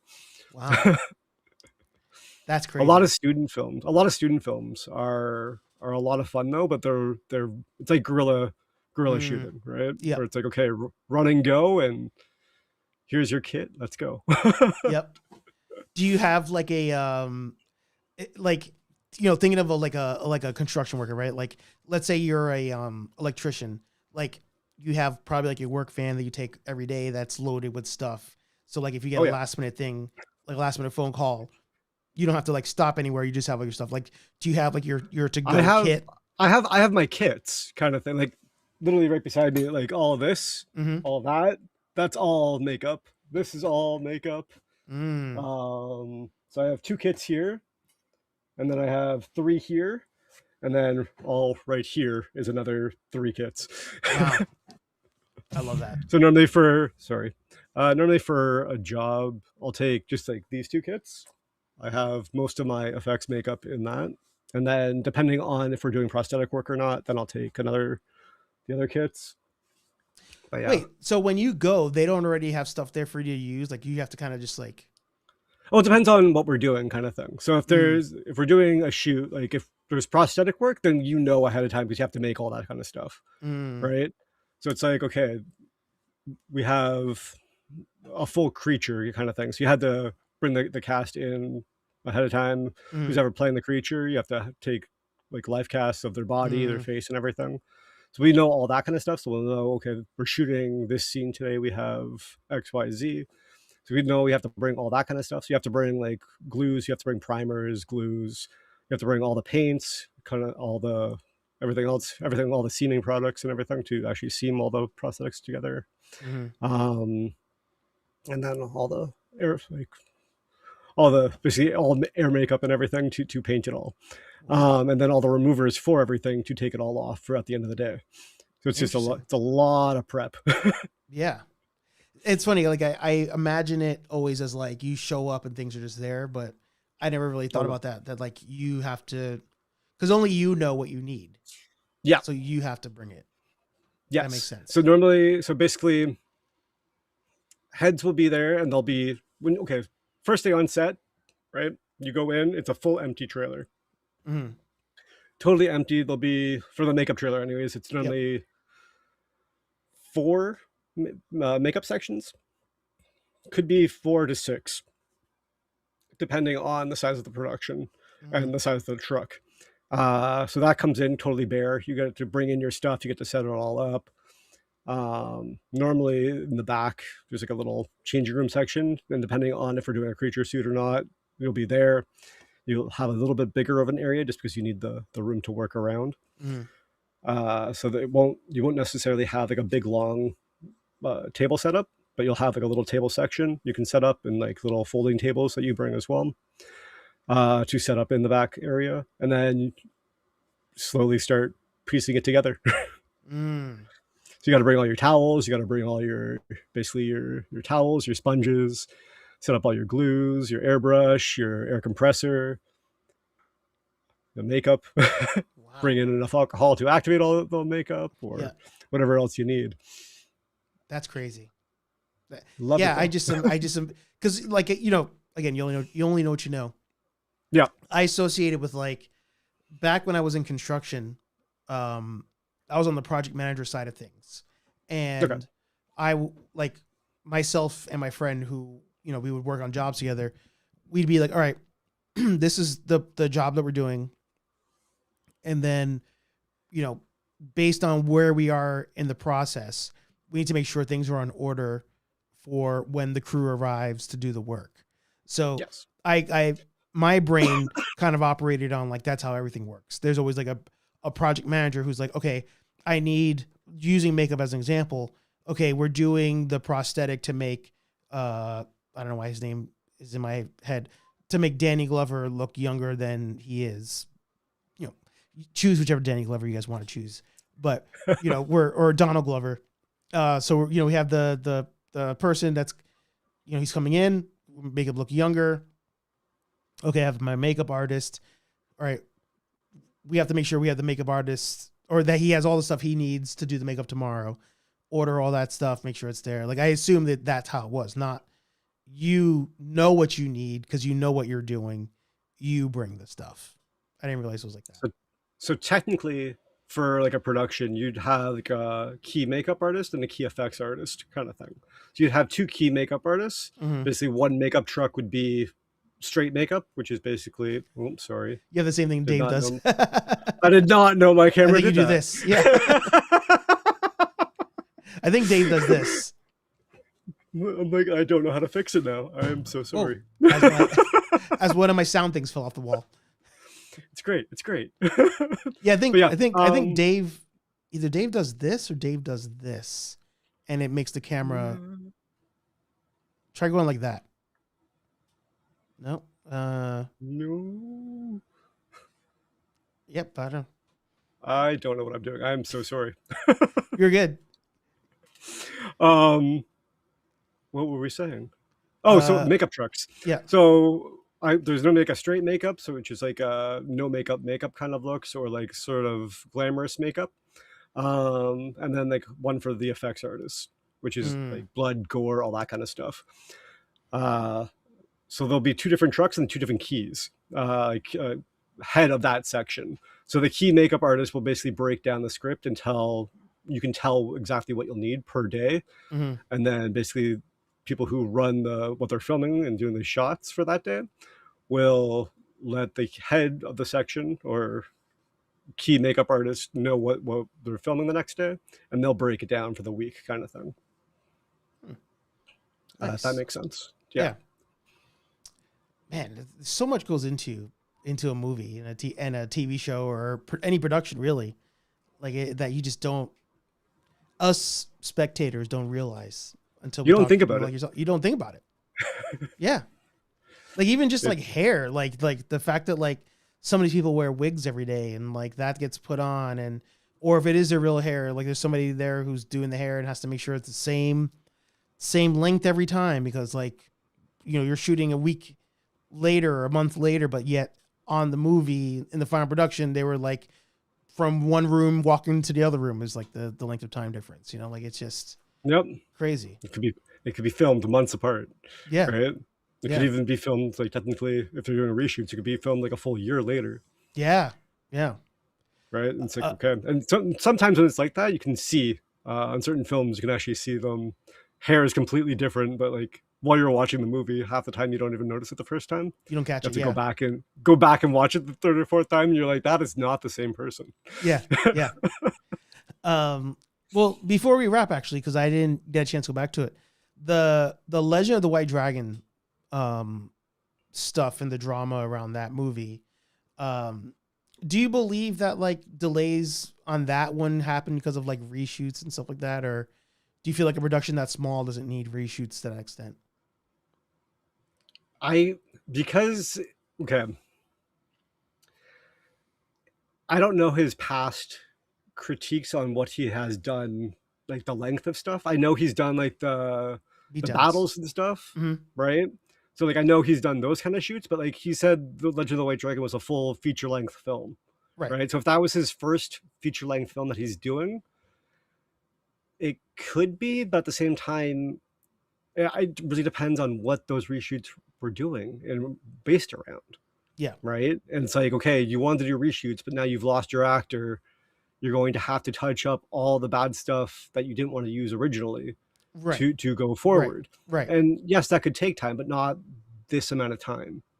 This is going on what, almost 3 years now, if not longer.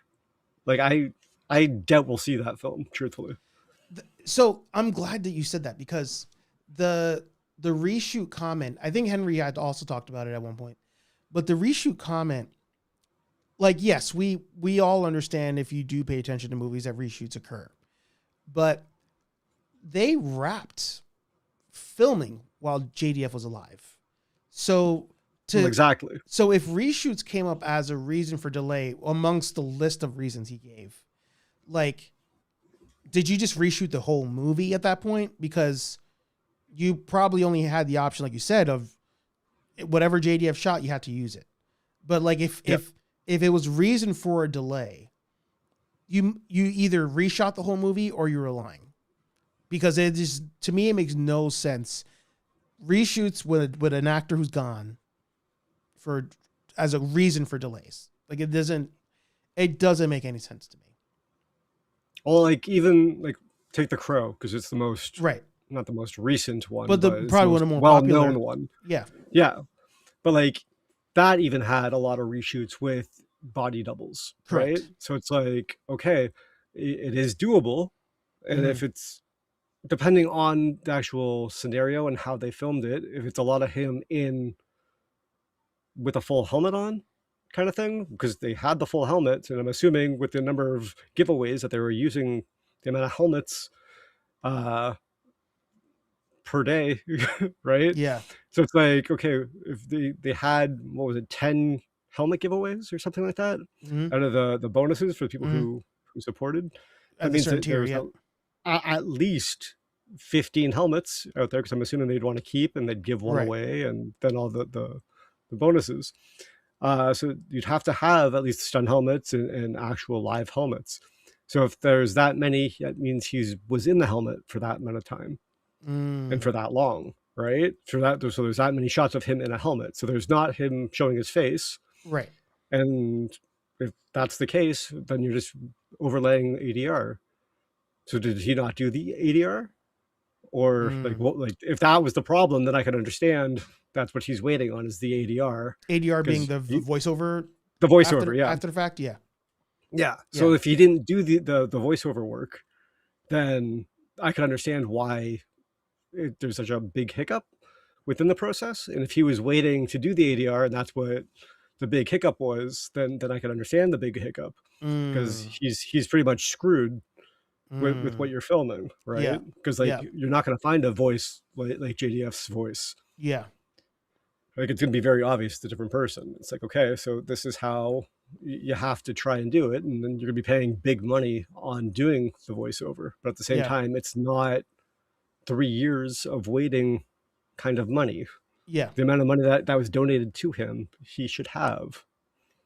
And even if he's the only thing that I could think of is that he's using the money, he's trying to get extra money from other projects to put towards it, kind of thing, which is completely dirty, and I don't agree with behind it. Mm-hmm. But that's the only thing that I can see logistically happening.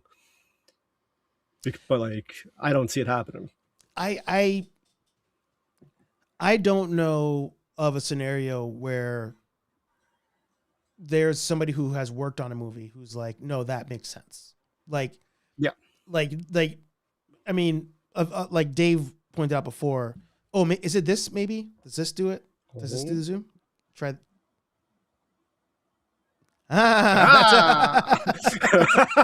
Shout out to Dave's Dimension. The entire time I'm like, I've seen Dave do this timeless times. I know it has something to do with this, but I thought it was one hand. It was two hands. Oh, thank you. I have no idea how to fix this till after the fact, so I'm sorry. No, you're good. It was one of those things where it's like, it wasn't bugging me because I didn't like the shot. It was bugging me because I was like, I know the answer is in here somewhere. I just knew it was in there somewhere. It's like trying to go through the manual of like, okay, how do I fix this? I was going through the mental filing cabinet to figure it out. No, like of course, Henry's the Henry Resilient. If not for him, like nobody would even be talking about this movie at this point. Like it would probably be forgotten, to be honest. But he's brought on people. He dropped the video today with somebody who's directed fan films before, like a lot of Batman fan films, and nobody can make a logical sense for the delays in this movie. And especially this whole distribution thing, it really does feel like he wants to sell the movie, and that wasn't said. It was, hey, help me crowdfund to make the movie. Nowhere in the discussion was there, you guys are like essentially series A, B, C, D funding. We're going to sell the movie and you're going to make your money back. Like that wasn't the deal. If that was the deal, that's different. If you're doing a scenario like that where we're investors and we're going to get a return like other Hollywood productions are done, sure. But that's not the agreement. With what I know of the project and like of Power Rangers kind of thing, if it was too similar to it. Yeah. Like Saban would have had like sued them out of the park for it kind of thing. Yeah. If it's the way I was thinking it was going to be done, like Saban wouldn't allow it.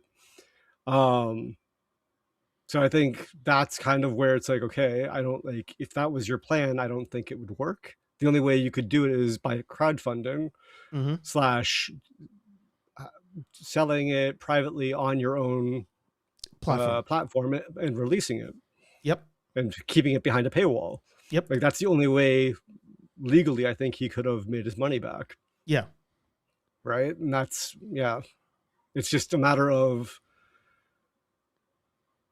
like, I don't know what he was thinking. I have no idea what he's thinking to release this, because I honestly don't think it's coming out. I would put money down that we won't see anything of it, and he's fishing people along enough that they'll forget about it and stop asking about it. Because I know he's receiving messages, like my friend messaged him 3 weeks ago now, asking him like about it, kind of thing, and be like, hey, I funded this, what's happening with it, kind of thing, and did you just pocket the money, kind of thing, just straight out asked him. And he was like, no, that would never happen. Right. Like, okay. Like, yeah, typical answer back, but he actually responded a lot faster than I was expecting, though. He sits there all day on his computer. Like, he's just there just reading everything and watching everything and commenting on everything. It is like I said last week, and I apologize everybody, by the way. I haven't done a Daily Planet this week.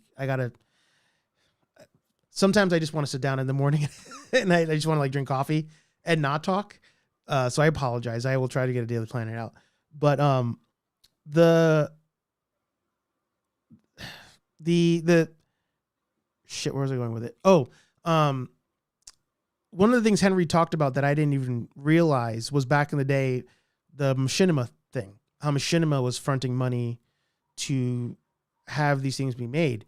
And it's one of those that like, we don't think about that. Like we just see us as the viewer, you see the machinima logo in the beginning. You're just like, oh, okay. It just, things keep going.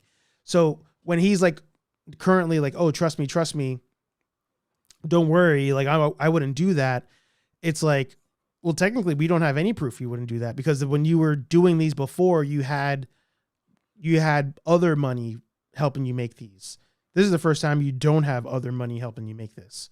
So I don't have any proof that you wouldn't steal the money. And honestly, it's hurting us. Like, anybody who makes content, that hurts us, because if we are not a big studio and we're just like, hey guys, help me make this project, people are going to be like, oh no, I got screwed like 3 other times by other people. I'm not helping you. Sure. And it's because of people like him. And he doesn't see that. He doesn't get that. And the longer he goes not releasing this movie, the more the next small content creator gets screwed out of being able to crowdfund anything. It's true. Yeah. And I think it's because it doesn't affect him. He's very, from what I've been able to tell from him and seen in his interviews, it's all about him, right? Yeah. It's all about, this is what I've done. This is, you should be lucky that we have this, because this is how much I've put into it, kind of thing. And this is, it's all about me. Yeah. And it's like, okay, like, nobody cares. Other people, no one cares, and a lot more people put a lot of time into it other than you. Yeah. Like you have no talent other than you're a production house kind of thing. Right. It's like Feige saying we wouldn't have the movies without him. Right? It's like we would still have movies. You're not, just because you're in charge of Marvel does not mean you have all the other movies within the industry. It's there would still be movies around. Right. So it's kind of like that. So I'm like, okay, like, it's all about him. Take it out, cool. But I can't see what he's doing with it all. Like, that's the scary part, where I'm like, okay, you have this much money. Money was back to you, and you can see how much was backed, and if you go back and look at it, it's just like, where is it? That's really what you got to ask. Like, unless you show even unfinished little teases of what you want to put together, there's nothing. Yeah.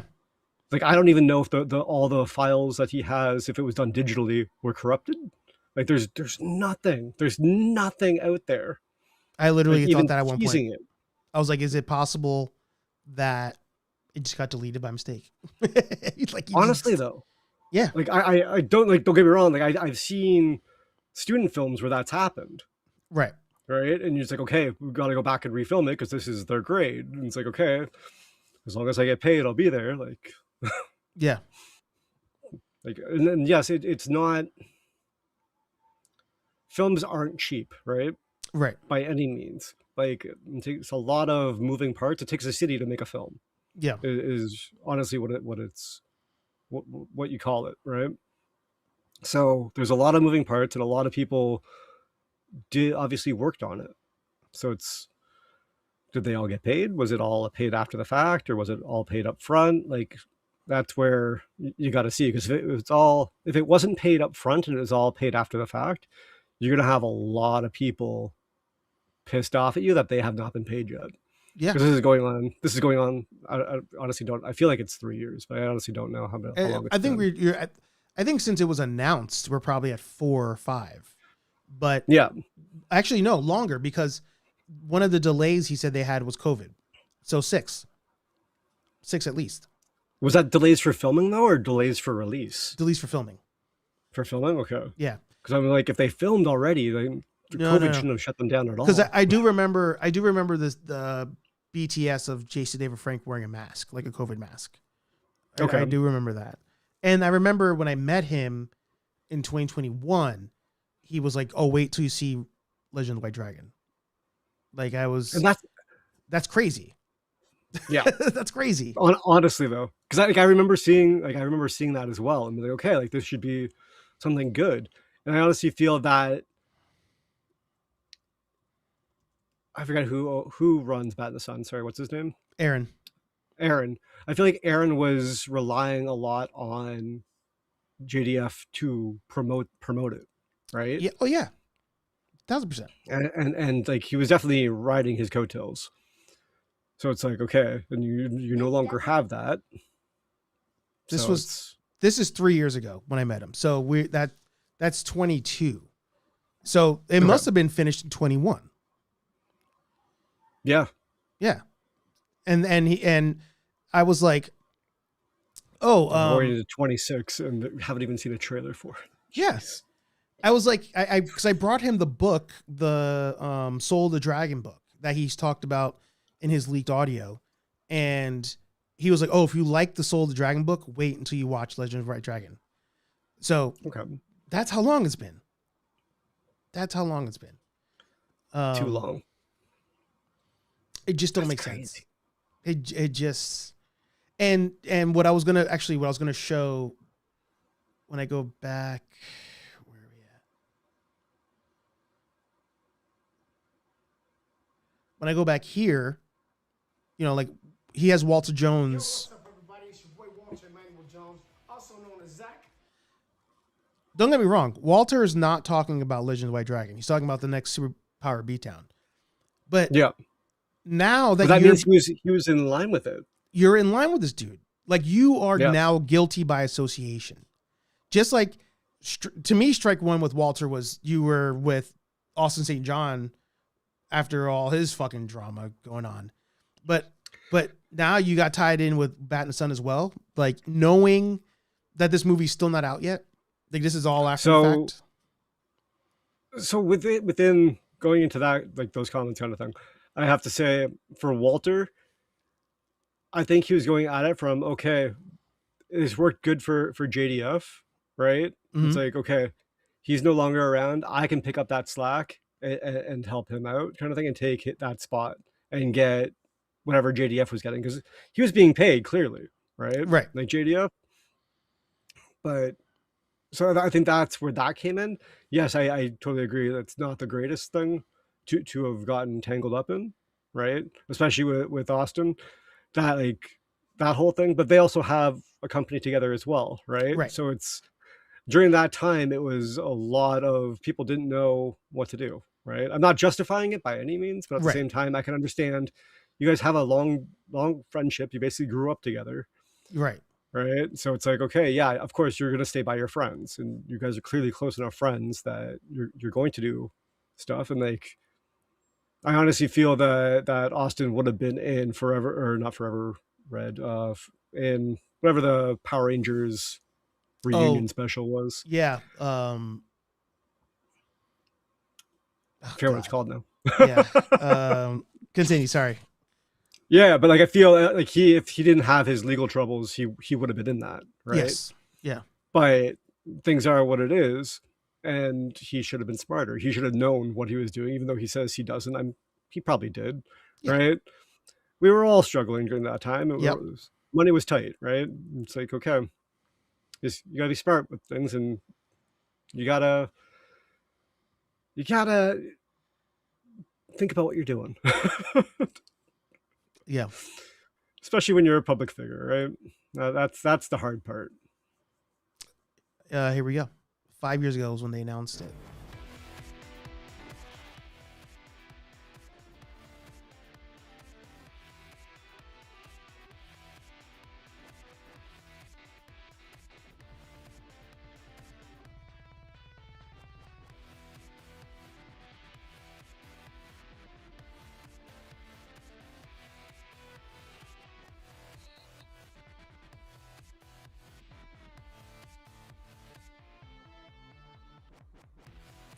But they were already filming at that point. There's no way. Oh, yeah. Let's see. When did the Kickstarter last updated was last week. And is there a part that says when it started backing? Oh, there's too many of these things. But like, you know, there's no, like, at this point, there's nothing Walter could ever do that I'd be like, oh, I'll back you on it. Like I will never, unless it was actually Saban and Power Ranger, like actual, maybe like, legit Power Rangers. Then I could understand him being backed. Yeah. But anything on his own, anything with a third party company, no way. No way. Like, I will would- never back I a wouldn't- Power Ranger project. I would back seeing him at a con. I could totally see that happening. I could back anything, but like any production wise, if it's Power Ranger esque, I couldn't do it. Yeah. Yeah. It's crazy. The whole thing's crazy. And that it's one of those scenarios where I know that a lot of us seem overly obsessed on it, but it's to me, I can't speak for Henry, but for me, it's the collateral damage. It is the other projects that come out down the road, the other Kickstarters that come out down the road, whatever the next iteration of Kickstarter is. All of these other companies are screwed because you might have crossover, and there's going to be people who remember the time they backed the project that never came out, and they will be like, I'm not going to do that. I'm not going to put my money there. I'll just buy another OnlyFans or something. They'll waste their money with something else. But like that $10 that would have been to a project like a Power Ranger fan film is now forever gone because of somebody like him. So no, I agree with you. Yeah. Any other? It corrupted. Yeah. Any fan film that anyone wants to do that wants to get backed, honestly. Yeah. Because they're like, okay, if this film company, which is quote unquote out there, could do this to us, why are we going to trust the little guy? Right. Right. Like, and that's really what it comes down to. Because he was not a little guy at that point. He was probably producing probably the highest content on the market at the time, doing the superpower beatdowns. But that's because, like, just production wise, he had the name of it, right? Yeah. Like, he had, like, costume wise, he had it. Felt like the look of it, like he had what he needed to get down. Yeah, he had like to get his feet off the ground. Like he had it. The fact that this is what he did with it, people would die for this opportunity. This is like the ultimate bag fumble. The view count on these things like is just ridiculous that you fumbled this bag. Yeah. And like you have the views. Where'd all that money go? Like where is it all? Right? And that's where I'm like, okay, like follow the money and we'll find out. Even these waiting room ones, 5.5. I remember when these dropped being like, oh man, a new Bat and the Sun's out, and watching it and being like, oh, this is nothing. They literally just sat in these chairs and made 5 million views. Like that's where we were at. That's where we were at with this channel. Where did it start to die? Because I remember those as well and be like, oh, this is not what I thought it was. Okay, skip this. So I'm going back to latest. Okay, so he's doing re-releases. That's what those are. Yeah, that's a re-release there. That's what I don't understand how people are falling for that. That's because casual people don't know. Like if you're just a casual person and you just, or you could be a hardcore person who just has no idea that this drama is happening behind the scenes. You're literally just like, oh, I remember this thing from back in the day. Let me watch again. So like this one here, Superman and Batman vs. Darth Vader, like that's old, but yeah, that's a year ago. So that's a re-release. Dying is Easy. That 4 years ago? No, that's a re-release. That was way older than that, I'm pretty sure. So yeah, right around here. Like when this one came out, the Scorpion and White Ranger, like I remember that was a big deal. That was huge. But that might be a re-release. Because that says only 5 years ago. Yeah, it has to be. Because I remember that, like, ooh. Yeah, look, because 6 years ago, that's in this thumbnail right there. So the first time that one came out, look at it, Legacy Wars. I forgot about that one. There was good content. That's where it's like, okay. This one 7 years ago with Winter Soldier and Nightwing. This is the alternate version, not even the first iteration of it. My Morphin Life 8 years ago. Then he was doing these talking ones. Alternate ending 8 years ago. Jesus. 9 years ago. 9 years ago. That makes sense. So yeah, we're talking about 9 years ago. So he fumbled it. Yeah, JDF 10 years ago was when that Green Ranger one came out. Yeah. Ryu versus Green Ranger. God damn, 10 years ago. Batman, Darth Vader was 10. Yeah, so about 10 years ago he started fumbling it. 10 years ago was when it was like he had easy layup views here and yet somehow still jacked it up. Yeah.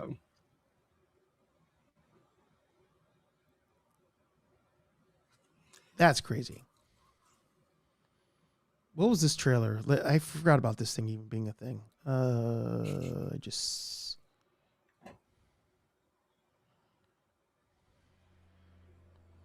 Wait, Lionsgate was involved in this one?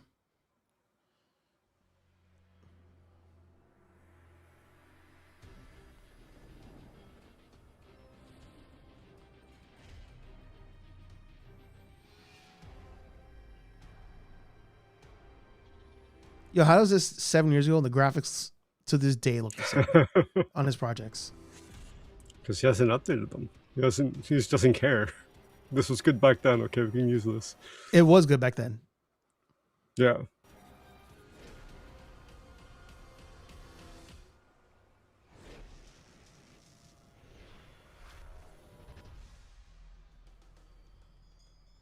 What just happened?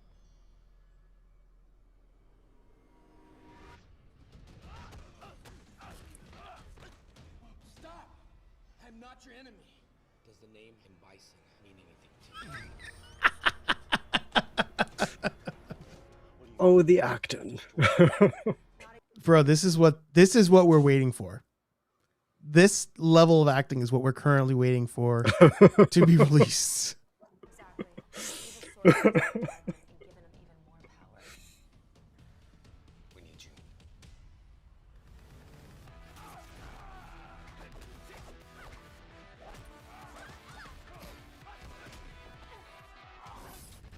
Can you handle the power?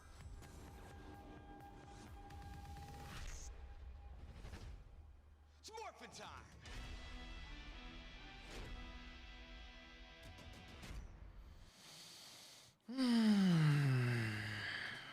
He literally just had to keep making movies. He fucked it up. Yup. Literally fucked it up. Anything else you want to cover before we wrap today's episode? I'm dumbfounded. Sorry. That's the high note I'm leaving us on today. I feel I need to crawl out of it. Yeah. Yeah. What'd you do to me here? So I'm gonna ruin your night, and then ask you to end on a high note. I'm gonna show you how people terrible at their jobs can make way more money than you and I can, and still be on top somehow. Awful. Amazing. I gotta love it. Yeah. What makes you wonder, truthfully. Yeah. Well, how about this? Any fun 3D prints you're working on that you can tease? I'm trying to find a good print for Muncher, truthfully. From Ghostbusters Afterlife. Yeah. It's just a matter of finding a decent one that's not going to be janked when you blow it up so much. Oh, yeah. That like I can find really good like little ones, but like once you blow them up, like you see the errors. It's not good. Yeah. Yeah. I only just learned about that this week, actually, about that being an issue. So You're like, no. That. Yeah, I feel that. What about you? Anything you're working on or trying to print out? Well, no. So I'm still waiting on the printer to arrive, but okay. I did order some filament, so I've been watching more and more videos on just like, the setup, what filament might work for what. And next up What'd is you order? So I ordered a couple PET G rolls, and then I ordered like, I feel like it was like two. I ordered I know I ordered 2 silks. I ordered a red silk and a blue silk. Then I ordered some Pet G that was black and I think white. And I got a couple black rolls, a couple black matte rolls. And then I ordered brown and maybe red, just straight PLA. Nice. Because I heard the Pet G was better for things that might be moved around a lot more and the heat. And heat, yeah, versus the regular PLA. If I'm just doing little stuff that's gonna sit on a shelf or knocked around a house, like that's fine. Yeah, there's PLA Plus as well, I think. Yes, I may have even ordered that the high something, high temp or whatever. Yeah.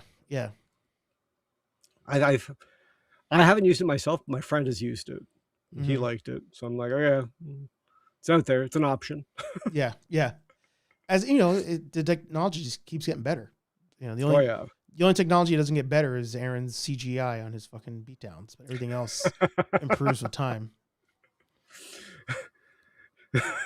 We'll see. You hope. Yeah. Well, I appreciate you stopping by, jumping on, I should say. And, anytime. Anything you want to plug before we wrap? Just the North Ontario Ghostbusters and Generation X-Wing podcast. They should be going live. Actually, they should be live right now. Oh, there you go. So everybody make sure to jump over there to Gen X-Wing podcast and North Ontario Ghostbusters, as Tony said. Woo! But always a pleasure to have you on. Always a joy to have you on, and getting your insights on the movie industry and stuff. Definitely gonna need to pick your brain more on that. All that. Yeah, for sure. Anytime. Yeah. HeyArcher Live every Thursday, 8:15ish p.m. here on Nerd Affiliated. Daily Planets, I swear to God, they'll be back. I just got to wake up early enough and film them. But I will start doing the Daily Planets again. But like I said, Nerd Affiliated on Instagram, Facebook, nerdaffiliated.com, all that fun stuff. You can find us there. We're putting out content there all the time. It's just the YouTube stuff I slacked on this week. But I sound like that guy who's like, oh, I'm going to come back. And then I don't come back. Like, I'm going to make another superpower beatdown. And then I just don't make another beatdown. But we will get more Daily Planets out. And as per usual, be kind to one another, be nice to one another, and still support small creators despite what Aaron Skokie, or whatever his name is, despite what he does. Like, comment, subscribe. We'll talk to all you nerds in the next video. Peace.